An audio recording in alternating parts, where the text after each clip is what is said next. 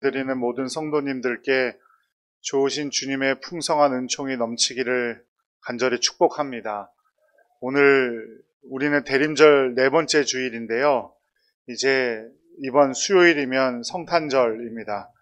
우리는 이번 대림절 기간 동안 다윗이 통일 이스라엘 왕국의 왕이 되는 과정을 살펴보면서 오직 은혜였구나라는 사실을 살펴보고 있습니다. 은혜를 알아야 산다.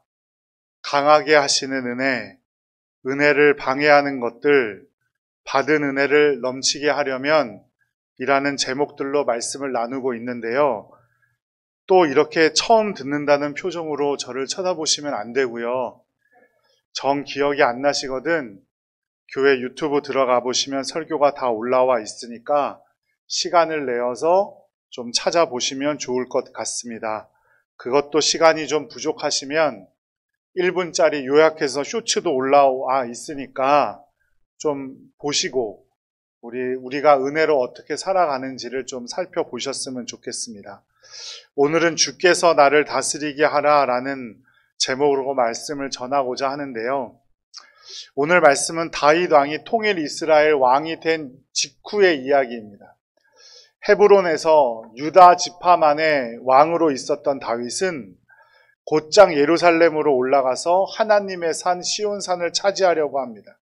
그곳에는 여부스 사람들이 이미 살고 있었는데 그들의 극렬한 저항에도 불구하고 다윗은 시온산을 차지하고 전쟁에서 승리하게 되죠. 그런데 성경은 이 사실에 대해서 이렇게 설명하여 사무엘하 5장 10절 말씀 함께 읽어보도록 하겠습니다.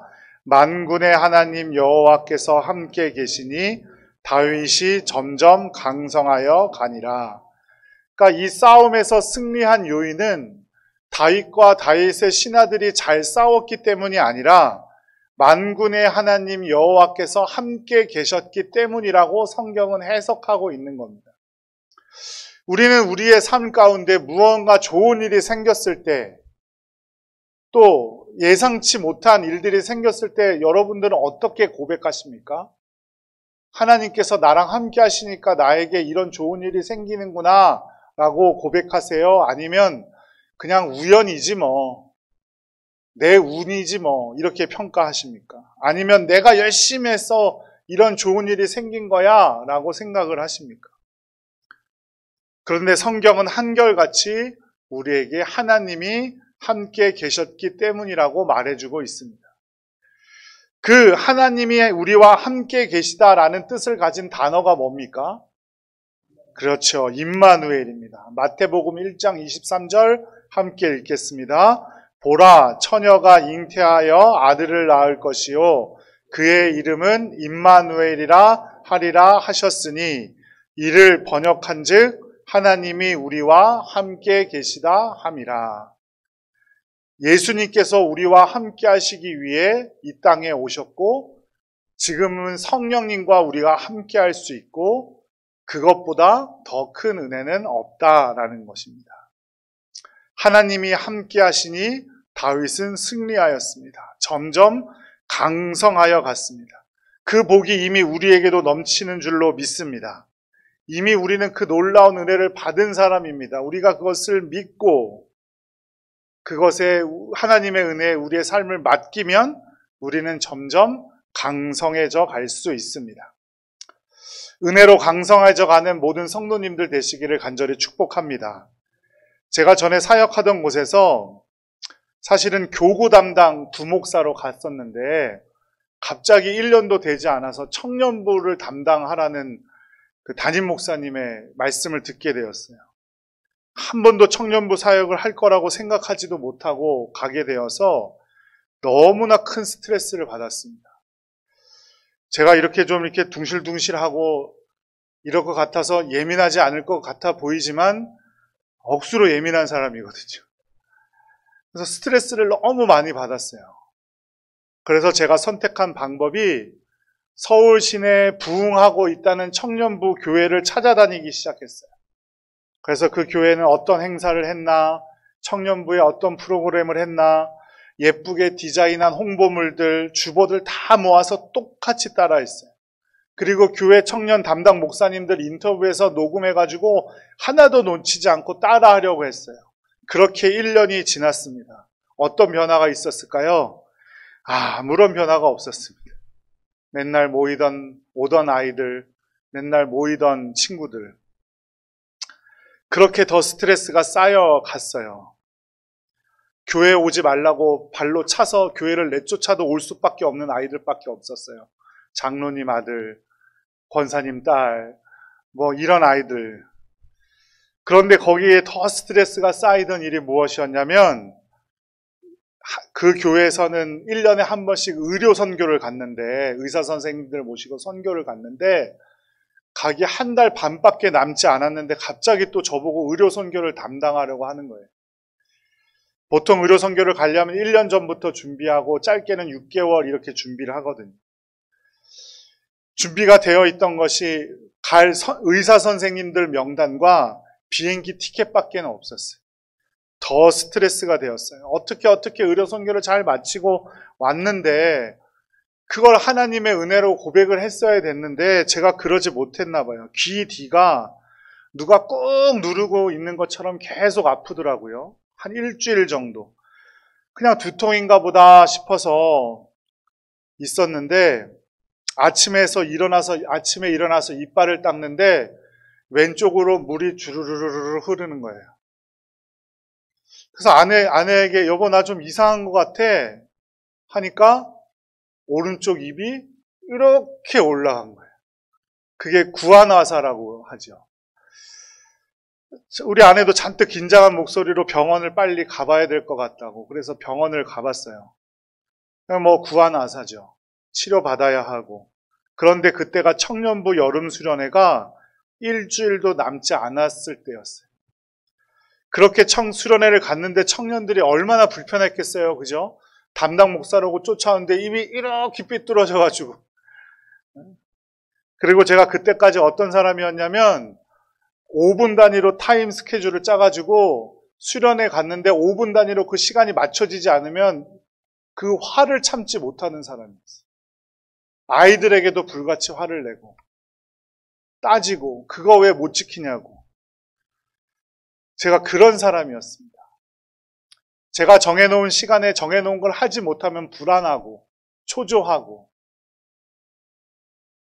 저희 큰딸이 이 자리에 있지만 큰딸한테 미안한 것도 저 아이가 저한테 이렇게 막 기어올 때도 제가 그때 무엇을 해야 될 시간이라고 생각해 놓으면 발로 오지 말라고 밀 정도로 제가 그런 사람이었어요.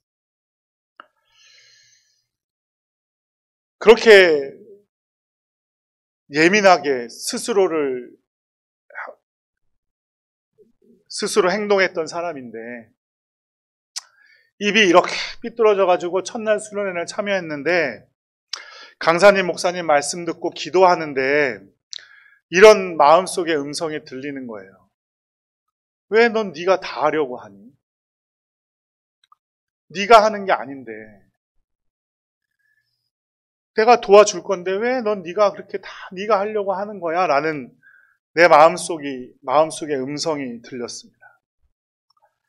하나님께 맡기면 되는데 몇 분 늦는다고 하나님의 은혜가 멈추는 것도 아니고 그 은혜가 작아지는 것도 아닌데 제가 너무너무 한심했어요.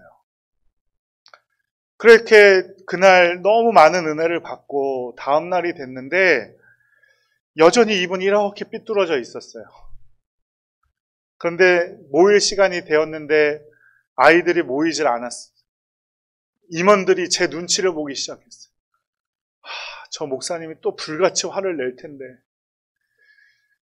그런데 제가 화를 내지 않고 그냥 가만히 있으니까 이 아이들이 더 당황을 하는 거예요. 저 왜 저러나. 큰일 났다. 그럴 때 그 수련회가 마쳐질 때 다들 너무 많은 은혜를 받은 거예요. 수련회를 다녀와서 평가회를 하는데 청년들이 하나같이 그때까지 목사님이 너무 무서웠는데 너무 편안한 모습을 보게 돼서 좋았다. 그래서 더 큰 은혜를 받을 수 있었다. 제가 내년이면 전도사, 이제 감리교회 목회자가 된 지 이제 20년이 되나 봐요. 그러니까 20년 동안 제가 수련회를 얼마나 많이 다녔겠습니까? 그죠? 그런데도 그날 그 수련회를 제가 잊을 수가 없어요. 우리의 노력이 필요 없으니까 아무것도 하지 말라는 말씀이 아니에요. 결국엔 그 일을 이루시는 분은 누구다? 하나님이시고 하나님의 은혜로 우리를 인도해 주신다는 겁니다. 그 수련회를 갔다 와서 청년부에서 말도 안 되게 하고 있었던 그 모든 행사들, 모방에서 그 하던 행사들을 모두 멈추었어요. 그리고 오직 예배드리고 함께 모여서 기도하는 일에만 최선을 다했습니다. 그러던 그 청년부가 30명이 남짓 모이던 청년부가 그 수련회 이후로 점점 더 늘어서 80명까지 모이게 됐어요. 그리고 여의도 순복음교회에서 운영하는 교회성장연구소라는 곳이 있었는데 그곳에서 발행하는 목회지에 소개가 되고 뉴스가 될 정도로 그렇게 많이 부흥하는 교회가 되었습니다. 내가 무엇을 하든 하나님 앞에서 아무것도 아니에요. 내가 무엇을 하지 못하든 그것도 아무것도 아니에요. 중요한 건 하나님의 은혜인 줄로 믿습니다. 하나님의 은혜로 우리가 살아가야 하나님께서 주시는 그 놀라운 복을 누릴 수가 있는 것이고 강성해져 가는 것인 줄로 믿습니다. 그렇게 다윗 왕이 강성해 가니까 두로왕 히람이라는 왕이 다윗을 찾아와요. 그래서 어떡하냐면 자신들의 나라에 있었던 백향목, 좋은 나무죠.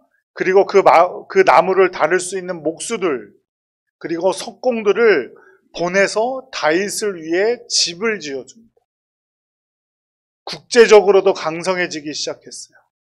그러면 사람들은 어떻게 되냐면 일반적으로 자기가 잘나서 그렇게 된 줄 알고 교만해져 가거나 잘못된 길로 가는 경우가 많아요. 그런데 하지만 다윗은 자신이 받은 은혜를 정확히 알고 있었던 사람이에요. 그래서 이렇게 고백합니다. 사무엘하 5장 12절 말씀, 다윗이 여호와께서 자기를 세우사 이스라엘 왕으로 삼으신 것과 그의 백성 이스라엘을 위하여 그 나라를 높이신 것을 알았더라. 알았더라라는 히브리어 단어는 야다라는 단어예요. 히브리어 단어 중에 아마 제일 유명한 단어 중에 하나가 이 야다라는 단어일 겁니다. 알다, 직접 확인하여서 알게 되다, 깨닫다, 인정하다 이런 뜻을 가지고 있는 단어인데 이것은 그냥 알았다라고 끝나는 것이 아니라 그것을 알고 계속해서 그렇게 살아갔다라는 의미로 받아들여야 돼요. 그러니까 다윗은 그의 백성 이스라엘을 위해서 그 나라를 높이신 것을 알았다. 높이신 것을 알고 계속해서 그것을 인정하며 살아갔다. 하나님의 은혜를 깨닫고 하나님의 은혜를 인정하며 살아갔다라는 단어입니다. 이 자리에 계신 모든 분들이 주님의 은혜로 살아가게 되기를 간절히 축복합니다. 그 은혜를 바로 알고 그 은혜대로 살아갈 때 강성하게 하시는 은혜를 누리게 될 줄로 믿습니다. 시편 127편 1절 말씀 함께 읽겠습니다. 여호와께서 집을 세우지 아니하시면 세우는 자의 수고가 헛되며 여호와께서 성을 지키지 아니하시면 파수꾼의 깨어 있음이 헛되도다. 아멘. 주님은 언제나 우리와 함께 하실 준비가 되어 계시고 우리에게 놀라운 은혜를 베풀어 주실 준비가 되어 있으신 분이에요. 그러니 사랑하는 여러분, 하나님의 은혜를 인정하며 살아가기를 간절히 축복합니다. 주님의 다스림을 받으며 살아가시기를 간절히 축복합니다. 그럴 때 하나님께서 우리를 강성케 해 주실 줄로 믿습니다. 둘째, 우리가 주님께 다스림을 받고 살아갈 때 하나님의 복을 누리게 될 줄로 믿습니다. 지금은 좀 덜하지만 당시 사회는 자손이 많다라는 것은 그만큼 복을 받았다라는 의미로 쓰이던 단어죠. 그러니까 자식이 많다, 자녀가 많다라는 건 그냥 자녀가 많다라는 걸 말하려고 하는 게 아니라 그만큼 뭘 많이 받았다? 복을 많이 받았다라는 걸 말해주고 있는 거예요.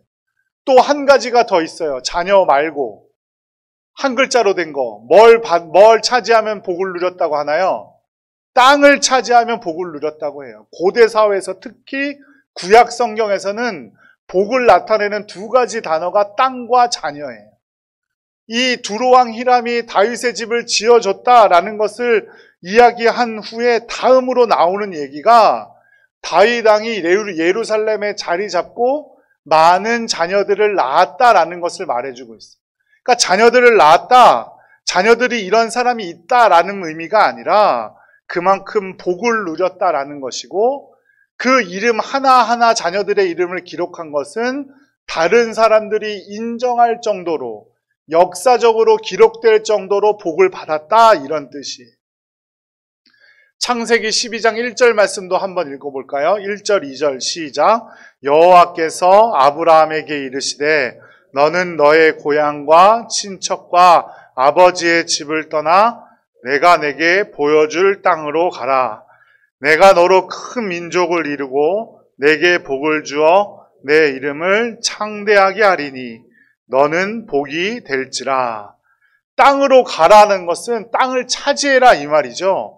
어딘지도 알지 못하는 땅으로, 내가 명령할 땅으로 가서 그 땅을 차지할 것이고 내 후손도 많아져 큰 민족을 이룰 것이다 라는 아브라함을 향한 하나님의 약속이에요.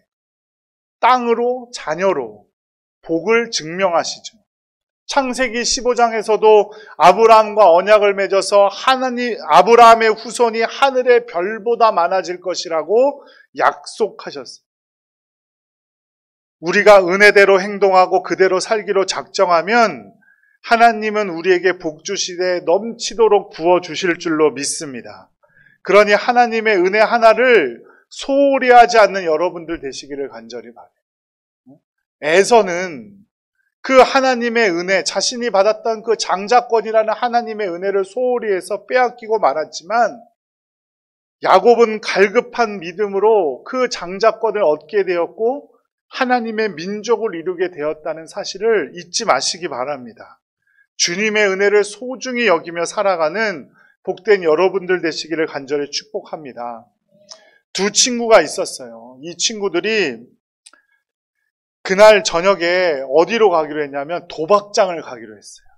그래서 도박장을 가고 있는데 교회 앞을 지나서 이렇게 가는데 주일 저녁 예배 설교 제목이 죄의 싹은 사망이다 였어요.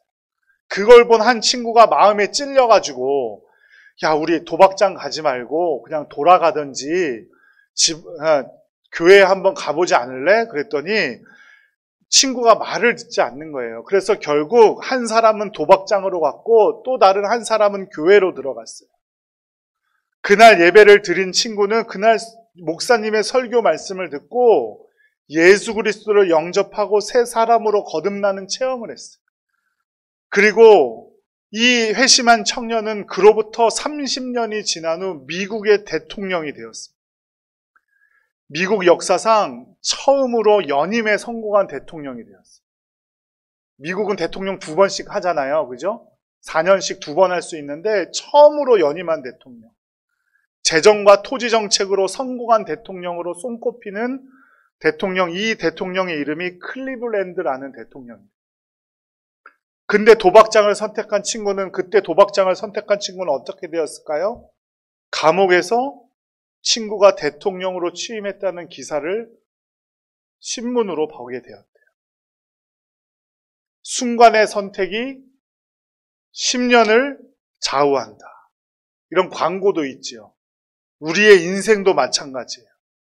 클리블랜드 대통령처럼 순간의 선택이 우리의 인생을 바꿔놓을 수 있는 거예요. 그 순간의 선택에, 그러니 함부로 선택하지 않는 여러분들 되시기를 바라요. 하나님의 은혜의 방향으로 선택하는 여러분들 되시기를 간절히 축복합니다. 그럴 때 반드시 주님께서 주시는 놀라운 복을 누리게 될 줄로 믿습니다. 그런데 이 같은 은혜, 같은 소식을 듣고도 그 대통령의 친구처럼 하나님의 은혜를 떠난 사람들이 있는데 바로 블레셋 사람들이에요. 사무엘하 5장 19절 전반전만 한번 읽어볼게요.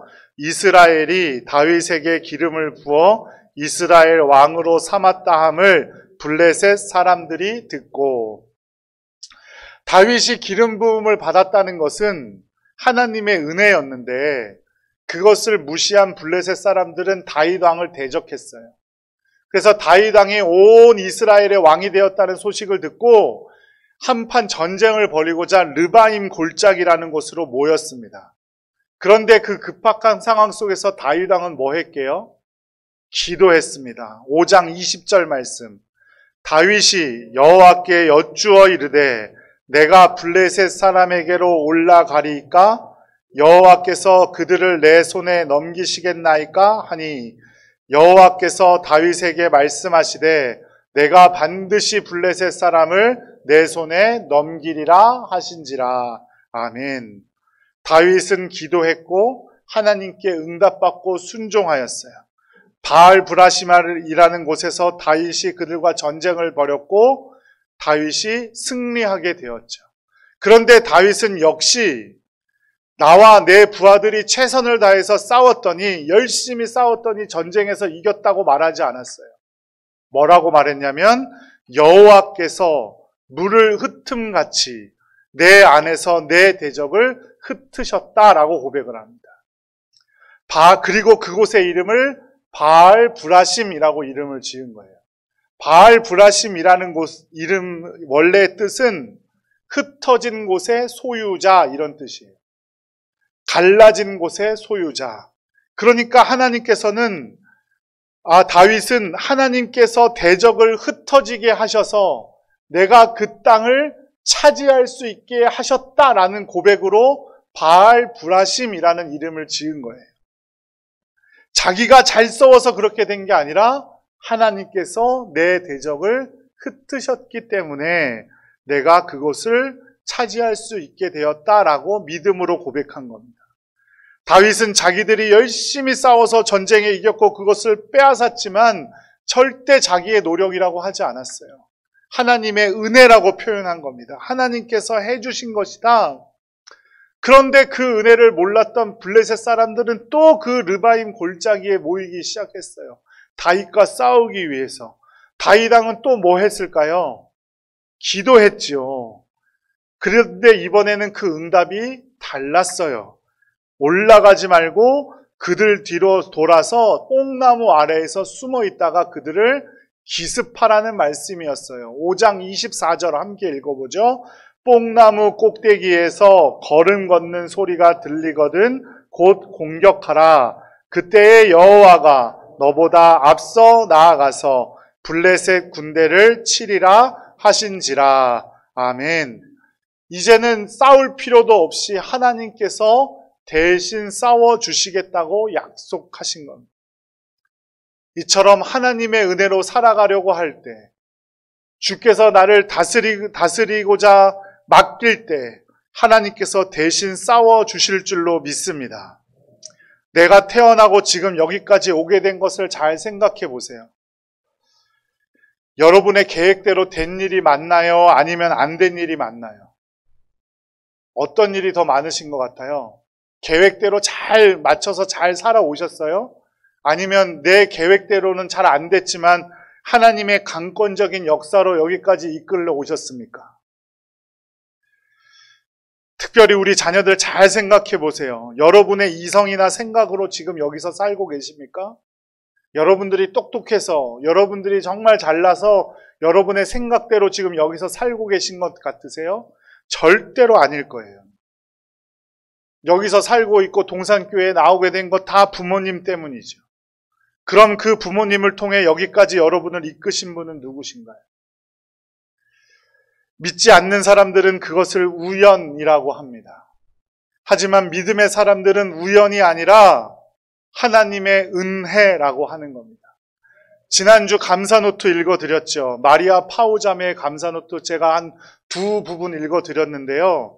그 부분에서 제가 제일 은혜 받았던 부분이 이 부분이라 그랬어요. 우리의 길에 영향을 미치는 통제할 수 없는 요소가 있음을 믿는다. 세상 사람들은 우리의 길에 영향을 미치는 그 통제할 수 없는 요소를 우연이라고 말합니다. 하지만 믿음의 사람들은 그것을 우연이 아니라 뭐라고 말해야 돼요? 하나님의 은혜입니다 라고 말할 줄 알아야 돼요. 우리가 주님의 눈을 피해 주님의 은혜를 피해서 도망갈 수 있는 곳은 이 땅에 어디도 없습니다. 내가 주님을 잊고 살아갈 때도 하나님은 우리와 함께 하시고, 내가 어디로 도망치든지 주님은 나와 함께 하시는 줄로 믿습니다.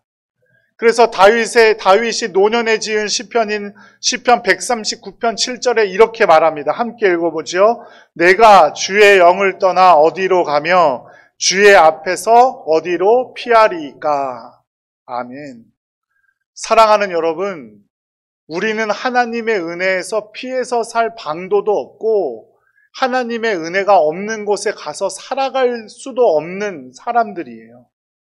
결국 다윗 왕이나 많은 신앙의 위대한 인물들이 우리에게 보여주는 것은 우리가 하나님의 은혜가 없이는 살아갈 수 없는 사람들이라는 사실입니다.